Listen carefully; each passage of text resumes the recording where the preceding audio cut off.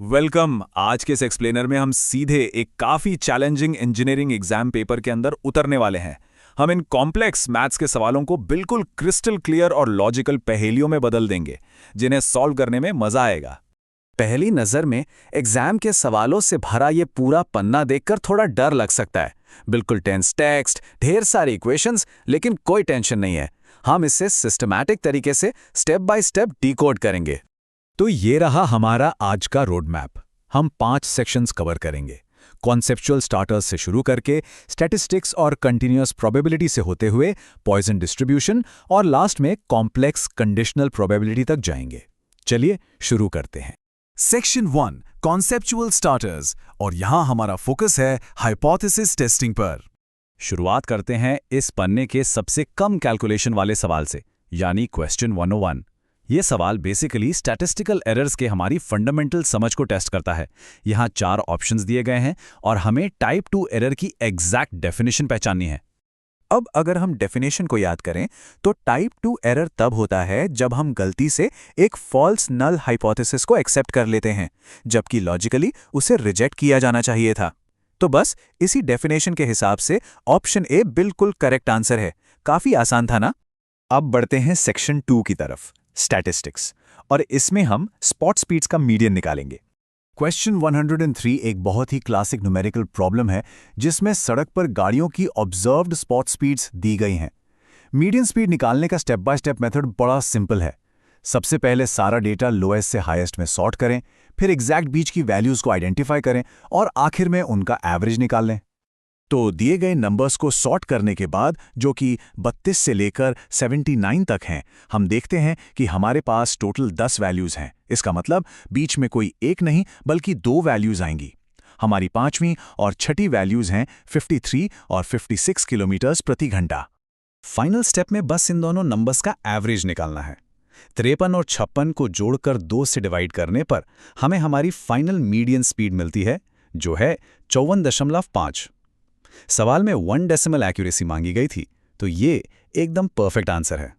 Moving on to section 3 continuous probability. यहां हम density functions को एक्सप्लोर करेंगे। कॉम्प्लेक्सिटी का लेवल थोड़ा बढ़ाते हैं क्वेश्चन 102 के साथ। ये एक कंटिन्यूअस प्रोबेबिलिटी डेंसिटी फंक्शन का सवाल है। सबसे पहले गिवंस को एक्सट्रैक्ट करते हैं। हमारा फंक्शन f of x है 0.25 और बाउंड्स हैं 1 से लेकर 5 तक। हमारा गोल है ये कैलकुलेट करना कि x की वैल्यू 4 के बराबर या उससे कम होने की प्रोबेबिलिटी क्या है। चूंकि एक यूनिफॉर्म डिस्ट्रीब्यूशन है, काम काफ़ी आसान हो जाता है।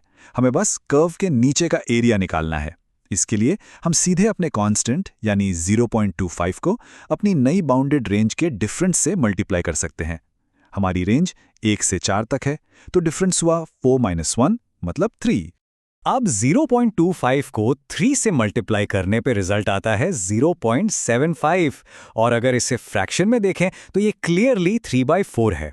मल्टीपल चॉइस ऑप्शंस में ये सीधे सीधे ऑप्शन ए की तरफ इशारा करता है। नेक्स्ट है सेक्शन 4 पॉइजन डिस्ट्रीब्यूशन और एक्सपेक्टेशन। अब आते हैं क्वेश्चन 99 पर। यह थोड़ा एडवांस्ड न्यूमेरिकल प्रॉब्लम है। यहाँ हमें एक रैंडम वेरिएबल दिया है जिसका डिस्ट्रीब्यूशन पॉइजन है। मीन की वैल्यू 5 दी गई है और हमें x+2 के होल स्क्वायर की एक्सपेक्टेड वैल्यू यानी e कैलकुलेट करनी है। इसे ब्रेक डाउन करते हैं। सबसे पहले इस पॉलिनोमियल को एक्सपैंड करते हैं, जिससे हमें मिलता है e of x square plus 4e of x plus 4। अब यहाँ पॉइसन डिस्ट्रीब्यूशन की वो जादुई प्रॉपर्टी काम आती है कि इसका वेरिएंस हमेशा मीन के बिल्कुल बराबर होता है। मतलब वेरिएंस और मीन दोनों 5 हैं। फिर हम अपना स्टैंडर्ड फॉर्मूला यूज करते हैं। Variance equals e of x का square minus e of x का होल स्क्वायर। इस फॉर्मूले में वैल्यूज पुट करने पर e of x स्क्वायर्ड की वैल्यू 30 निकल कर आती है। अब इस 30 को और हमारे नोन मीन को वापस अपनी एक्सपैंडेड इक्वेशन में रखने पर हमारी फाइनल एक्सपेक्टेशन कैलकुलेट होकर आती है 54, एकदम सॉलिड। फाइनली हम पहुंच गए हैं सेक्शन 5 पर, कॉम्प्लेक्स कंडीशनल प्रोबेबिलिटी। तो ये रहा इस पन्ने का असली फाइनल बॉस क्वेश्चन 100। ये लॉ ऑफ टोटल प्रोबेबिलिटी पर बेस्ड है। एक शॉप में 2 तरह के एलईडी बल्ब्स हैं। क्योंकि दोनों टाइप्स के बल्ब्स की संख्या बराबर है, तो हर एक को पिक करने का चांस एकदम सेम है, यानी 0.5।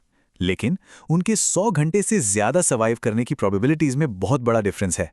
टाइप 1 के लिए ये 0.7 है और टाइप 2 के लिए 0.4। इसे सॉल्व करने के लिए हम जॉइंट प्रोबेबिलिटी का कॉन्सेप्ट लगाएंगे। स्टेप बाय स्टेप चलते हैं।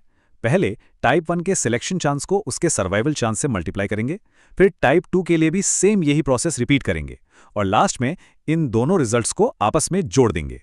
कैलकुलेट करने पर टाइप 1 के लिए वैल्यू आती है 0.35 और टाइप 2 के लिए आती है 0.20। इन दोनों को ऐड करने पर हमारी फाइनल प्रोबेबिलिटी मिलती है 0.55। मतलब इस बात के 55% चांसेस हैं कि एक रैंडमली सिलेक्ट किया गया बल्ब 100 घंटे से ज़्यादा चलेगा। अब जब हमने इन सारे डराने वाले इक्वेशंस को इतनी आसानी से सॉल्व कर लिया है, तो ज़रा सोचिए, ये सिर्फ किताबी बातें नहीं है। यही वो सख्त स्टैटिस्टिकल लॉज हैं जो हमारी रोज़मर्रा की चीज़ों को रिलायबल बनाते हैं, चाहे वो ट्रैफिक सिग्नल्स हों या फिर स्मार्टफोन्स का हार्डवेयर। ये मैथ हर जगह काम कर रहा है। तो सवाल ये है, अगली बार जब हम किसी एकदम परफेक्टली काम करने वाले सिस्टम को देखेंगे, तो क्या हम उसके पीछे छुपे इस खूबसूरत गणित को नोटिस कर पाएंगे?